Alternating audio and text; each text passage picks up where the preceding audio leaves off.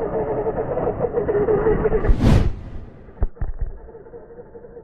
back, guys, to 509. Today we got two of these trucks.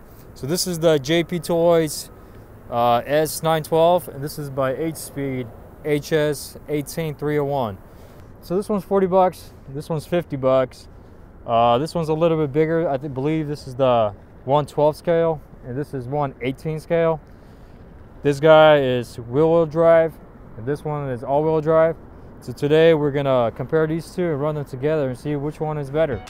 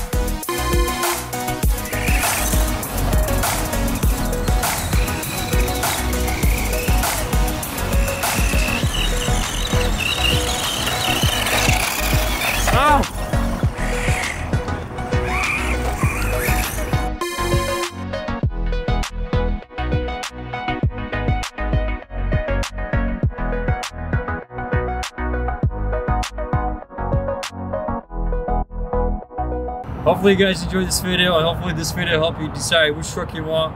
Honestly, both trucks are awesome. This one's a little bit easier to drive. This one is fun, so it just kind of comes down to what you like.